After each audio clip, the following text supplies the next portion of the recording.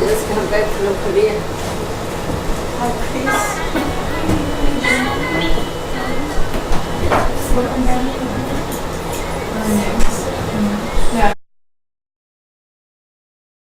Yeah, we just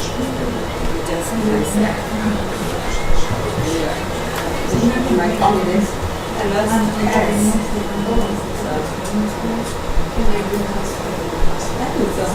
I just called them. Of course. I don't know why yet. Because I'm at the airport. Somewhere.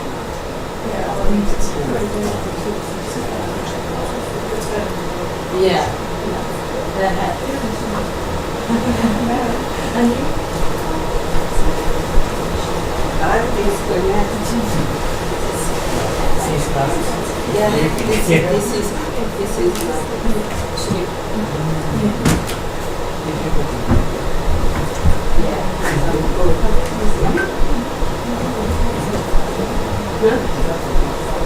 Yeah, that's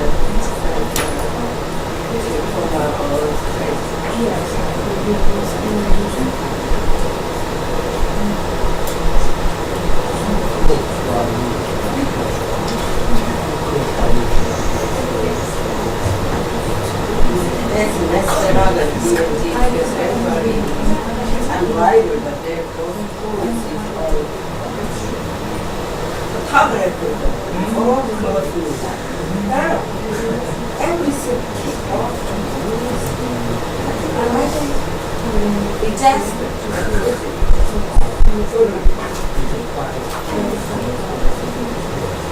yes, where I cannot find. Yeah. They continue teaching each other. They don't know who they are. Yeah, it's a thing where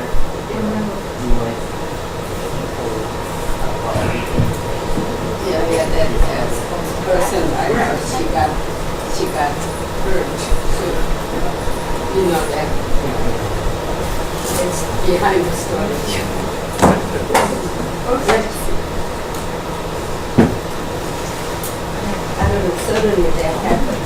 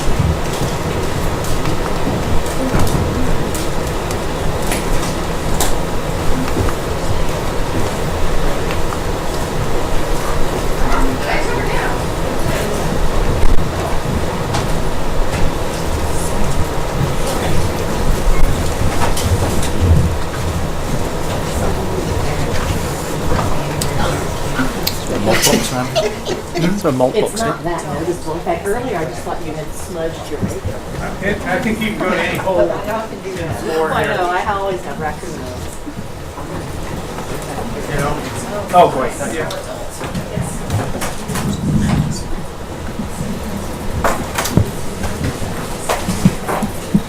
Are you getting any audio now?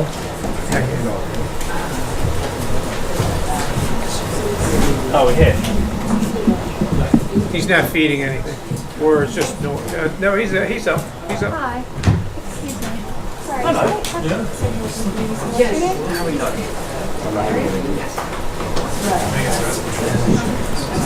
all you need.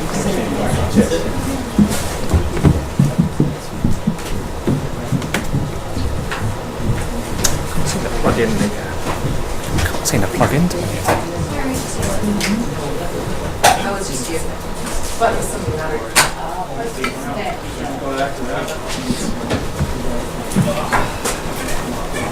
Yeah, I can hear him.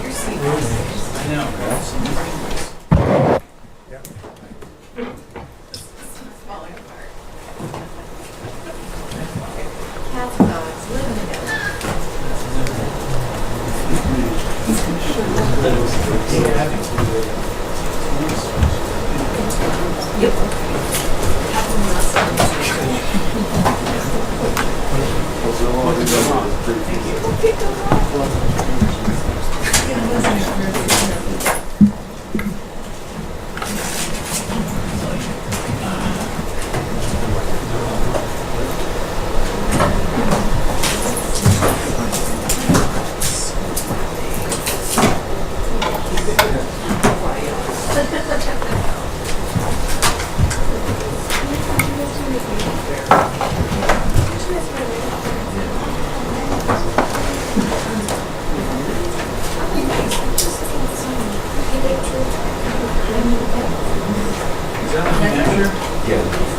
I shouldn't do that for the cameras, but now that I want to. All of that in these spaces. Yeah, of course, yeah. Like when Louise is changing.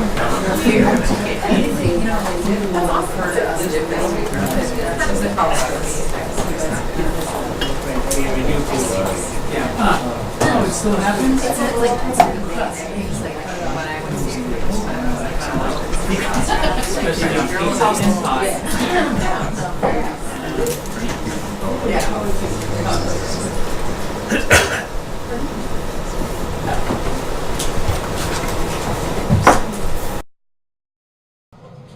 All right, folks, thank you very much to the few that actually joined us for this live stream. I appreciate your help. And if you were here earlier in the chat, how I was talking about that basically this channel, Golden State Times, is literally dying. I'm not lying about that, folks. I'm not lying about it at all. As you guys know, whenever CNN says, oh, you know, they only got 400,000 or 500,000 views, nightly views, because that's what their ratings are at right now, everybody gets happy and he says, hey, you know what? Finally, CNN is dying for being losers or for being liars or for manufacturing the news, which they do. They're extremely fake. They manufacture news and nobody watches them. So that's why their ratings are in the 500,000 compared to Fox News, which are also liars and are also fake news and are also dirty trash. But they get 1.5 million or 2 million, 3 million views per day. So, oh, wait, here she is. But anyways, that's exactly what's happening to us, folks. This channel is dying because people rather watch scammers or rather watch the mainstream media. I'm just letting you guys know what's going on. But here she is.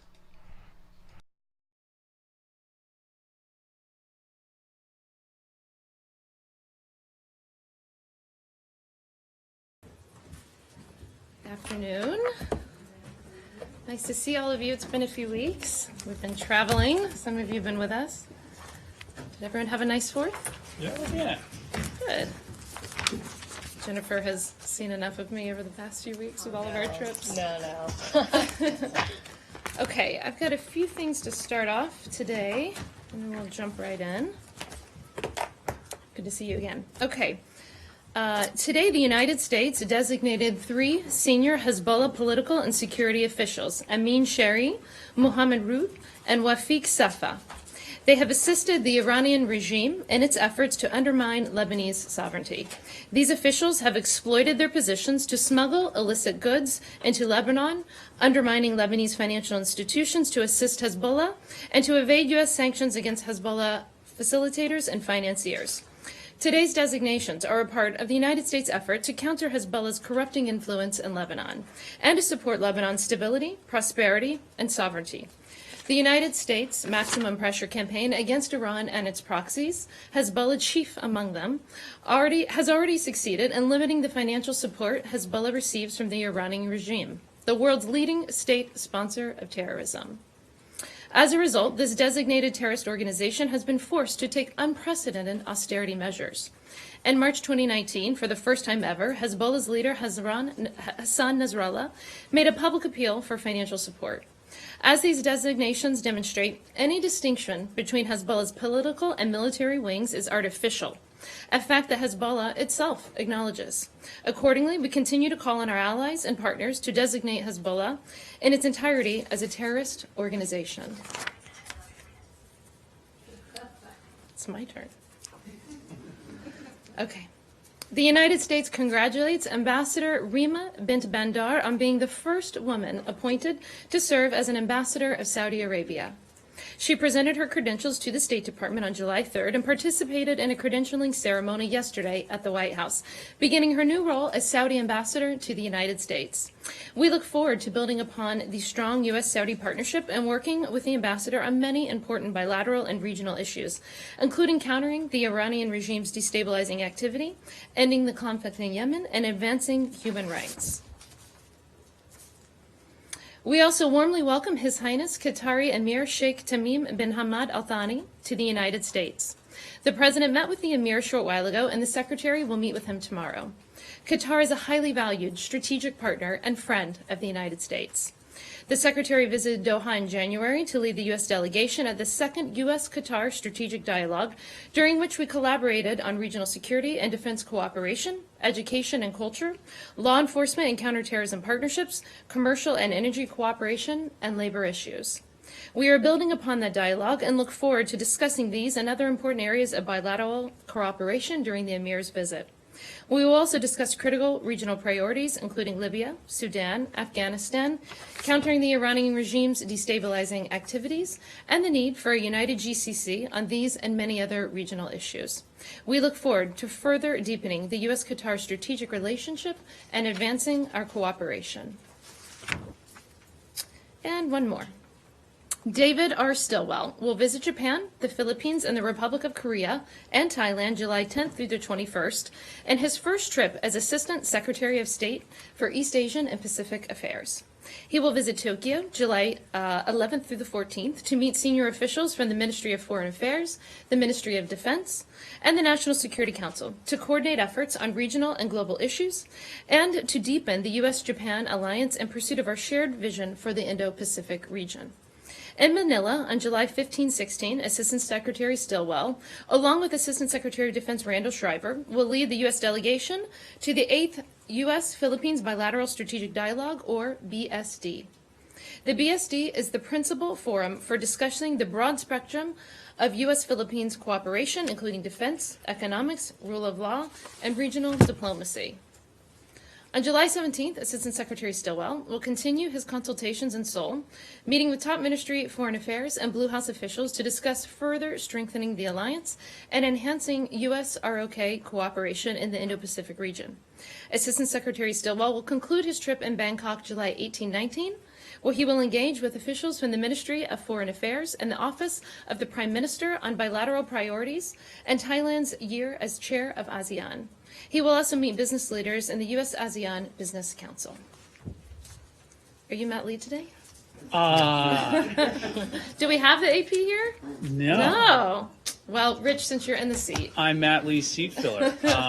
you look a little bit younger. I don't know if I could even pretend to duplicate that hit me with a performance, so zinger. I'm just going to pretend that I'm me today. Okay, good.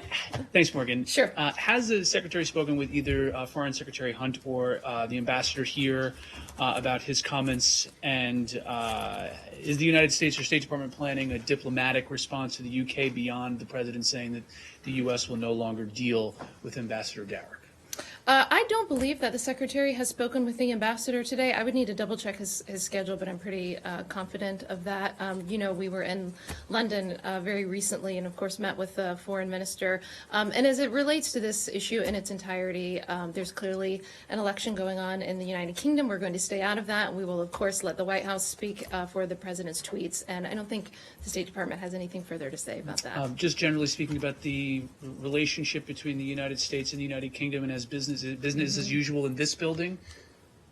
Yeah, I mean, listen, we have an incredibly special and strategic relationship with the United Kingdom.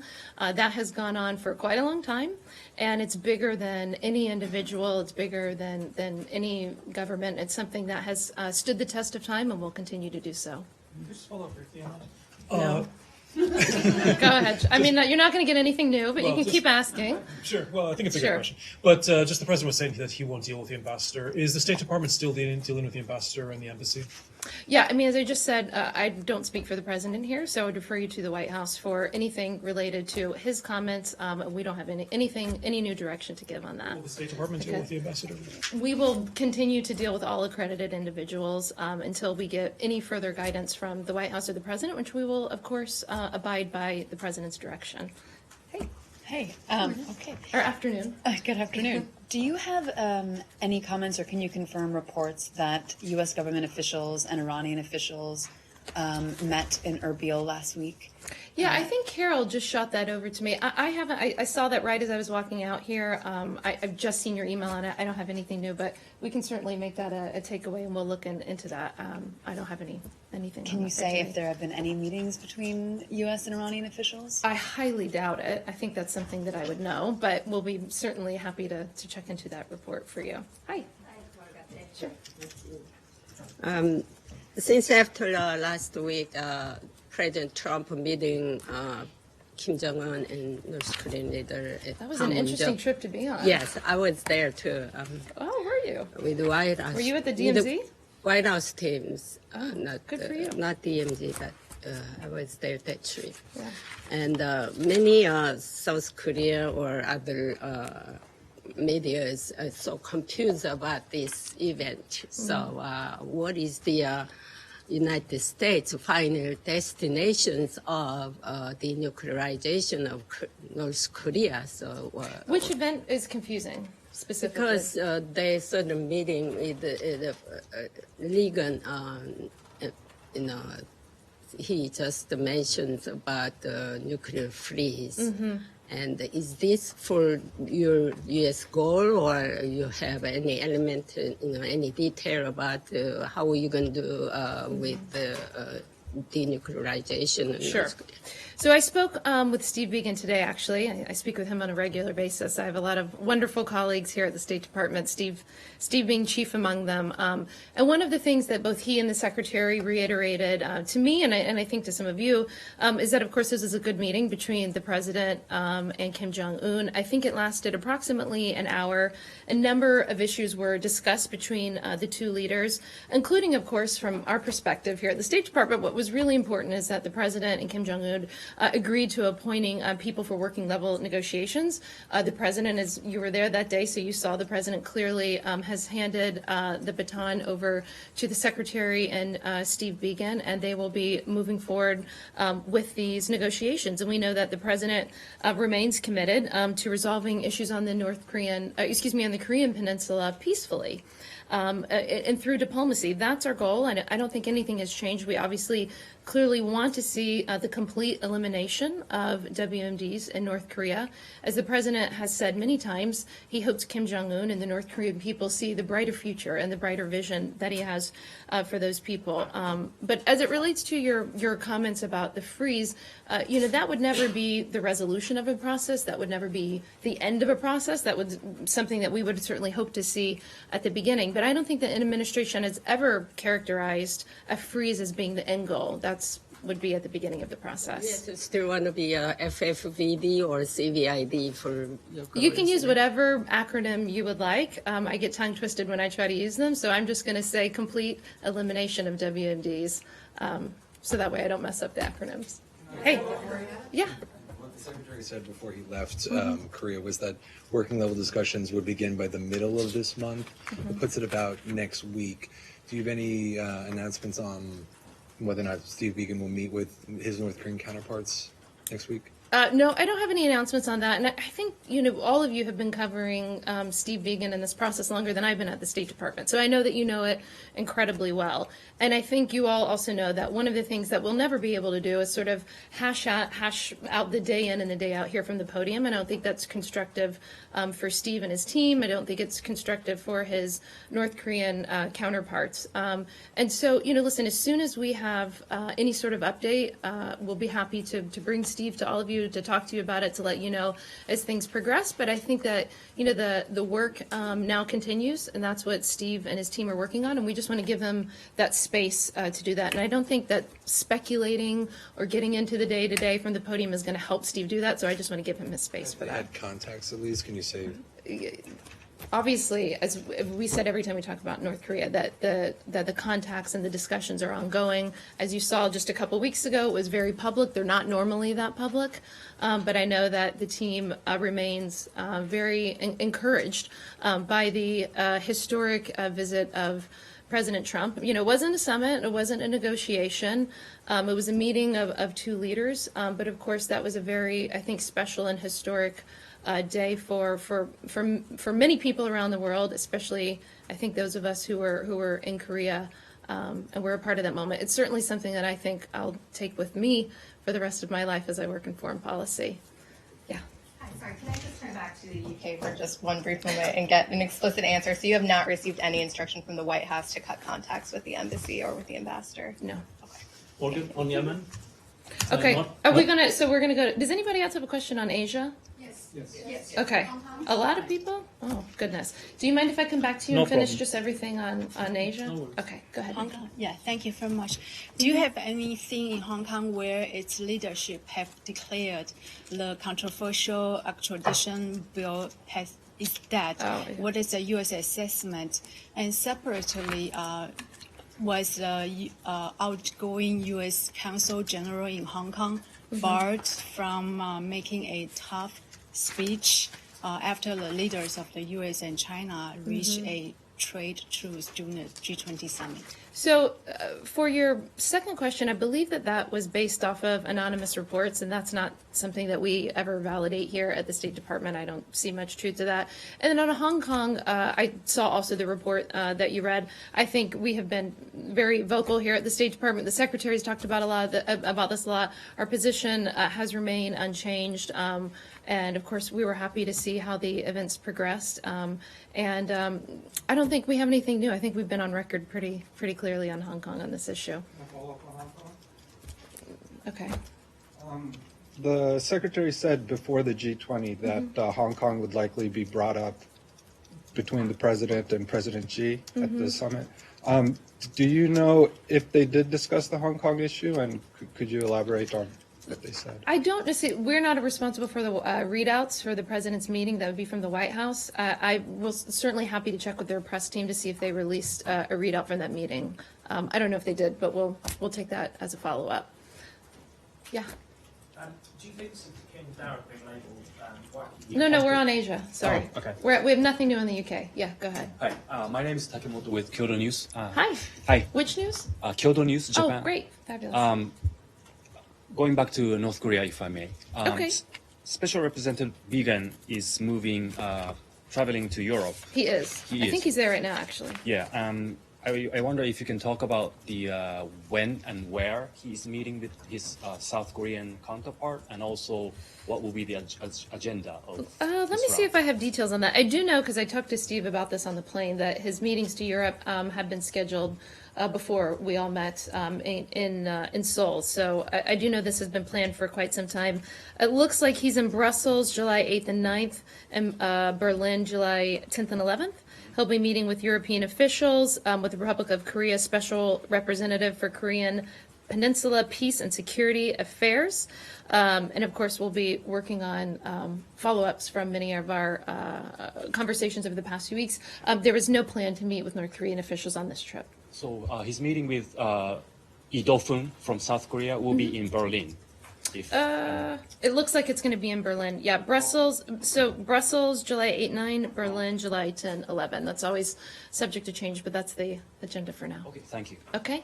Yes, hi. United Day News Group Taiwan. Mhm. So U.S. the State Department just approved the new arms sales to Taiwan, and now Yes. Chinese government urged the U.S. government to cancel this arms sales. How would you respond to the Chinese government? Well, I think everybody here in this room, especially all of you from the Asian bureaus, are aware of the Taiwan Relations Act. The State Department did notify on the arms sale today, as you talked about. Listen, our interest in Taiwan, especially as it relates to these military sales, is to promote peace and stability across the straits, across the region. And so there's no change, of course, in our longstanding One China policy. That's based on the 3 joint communiques, the Taiwan Relations Act. So I don't see our notification here as anything other than complying with the Taiwan Relations Act. The law specifically, of course, requires these sorts of requires us to help Taiwan maintain their defense, self-sufficient defense capabilities. But our One China policy remains the same, and so there's no new policy announcements for today. Thank you. Human Rights Advisory Board. Why not? In the op-ed that the Secretary wrote to the Wall Street Journal Mhm. yesterday, he talked. Oh, and just to be clear, by the way, it's called the Commission on Unalienable Rights. Okay, thank you. He talked about how the commission was created in part to examine new categories of rights, and he said that interest groups are creating new rights. There's loose talk of new rights. Could you give us some sense of what rights he was referring to, the sort of the new categories of rights that? Sure. Listen, I think when you start to look around the world and you look at how authoritarian regimes have subverted human rights, when you look at the UN, the Human Rights Commission, and sort of how in many ways it's become a laughingstock. One of the reasons that we withdrew. Look at what China produced on December 12th. The Chinese produced a white paper on human rights. It talked about 40 years of reform as it relates to human rights. That's obviously something that we would take issue with. Mohammed Zarif, I don't remember the exact date, but sometime within the past year has called himself a human rights professor. He may think he is, but I think there's a lot of people in the human rights community that would have a problem with him using that label. We certainly remember, I mean, not necessarily maybe within the beginning of my lifetime, but we remember that Soviet Union used to talk about human rights, and you see, we talk about this actually quite extensively in the human rights reports. Ambassador Brownback, who we just had up here a few weeks ago, was talking to all of you about his international religious freedom report. So, we have seen troubling examples around the world. Again, of these authoritarian regimes subverting this human rights context.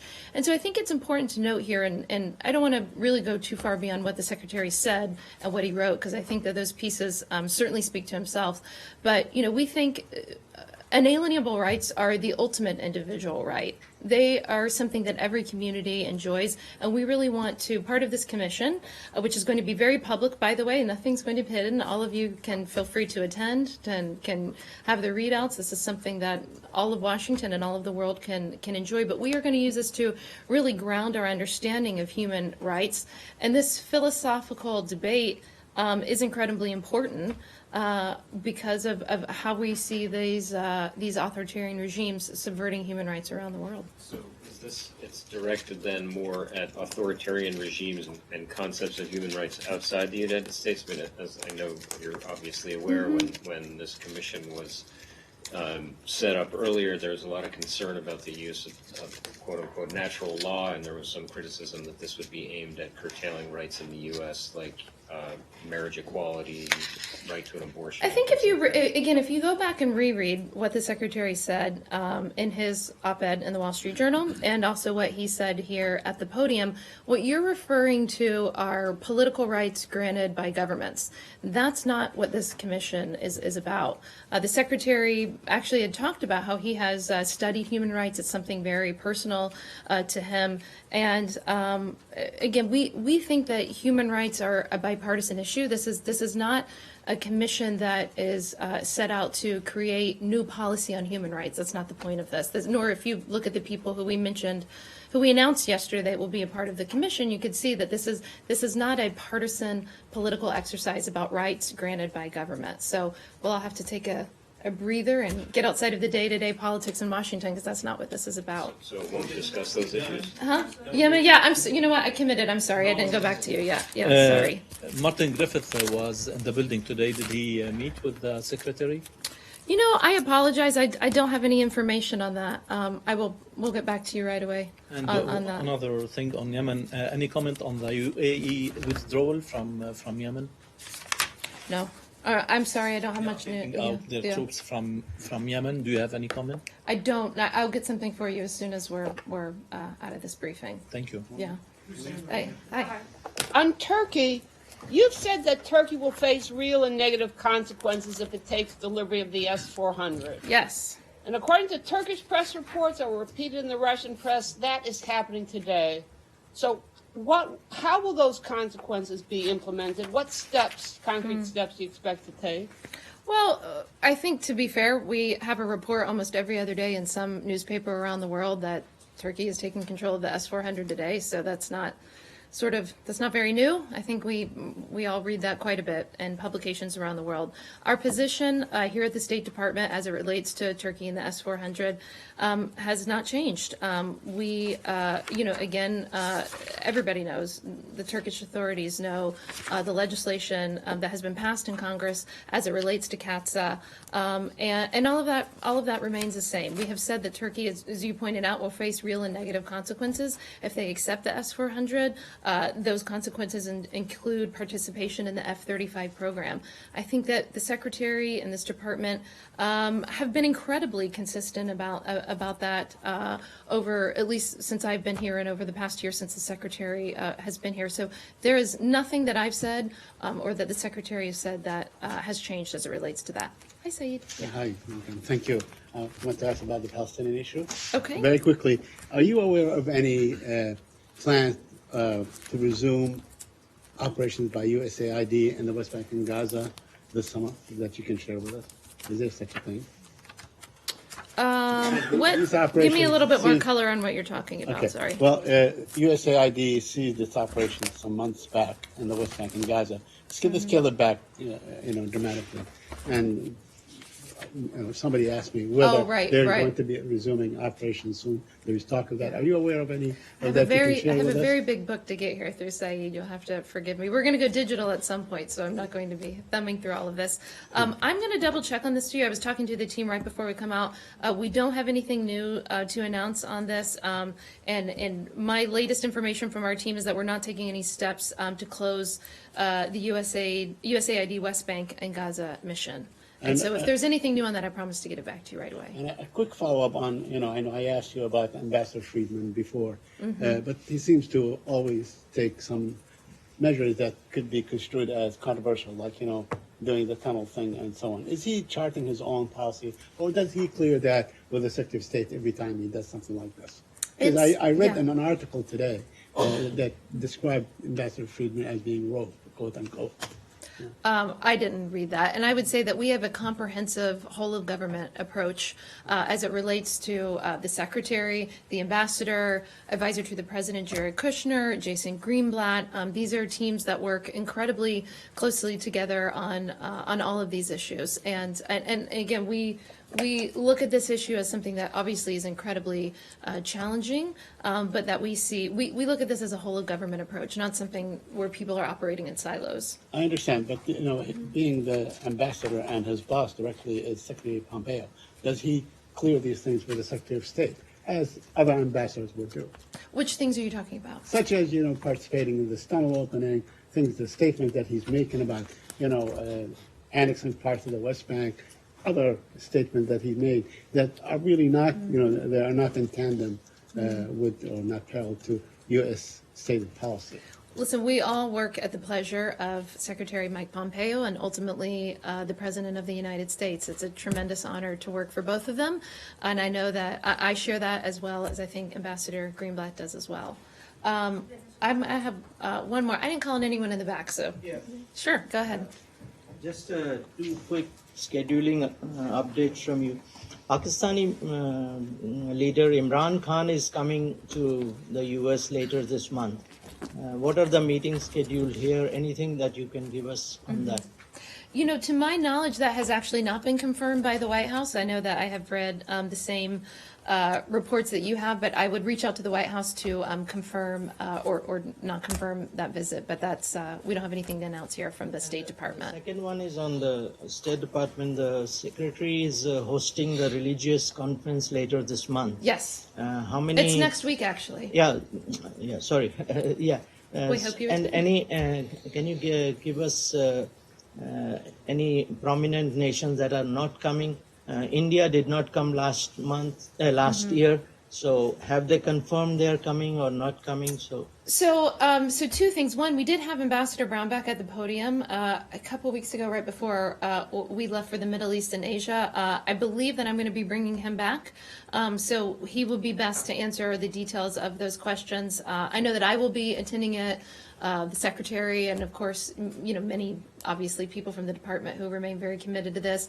I've gotten a little bit of feedback from him yesterday. I spent some time with the ambassador yesterday talking about this ministerial, and it sounds like it's going to be an incredibly exciting event. It's not something that I participated in last year, so I'm really looking forward to it this year.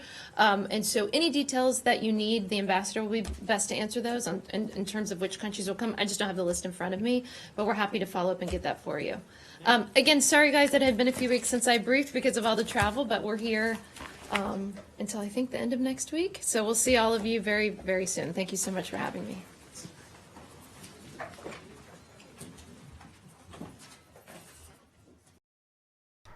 All right, folks, thank you very much for joining us and choosing us as your stream of choice. We hope to see you guys here on the next live stream. Thank you so much for your support. Also, thank you so much to everyone that was supporting us through Super Chat. All of those Super Chats helps us immensely, especially getting to the next Trump rallies, which there's going to be 2 Trump rallies, one on the 17th of July and one on the 1st of August. So make sure you guys stay tuned. Thank you so much, folks, and I'll see you later.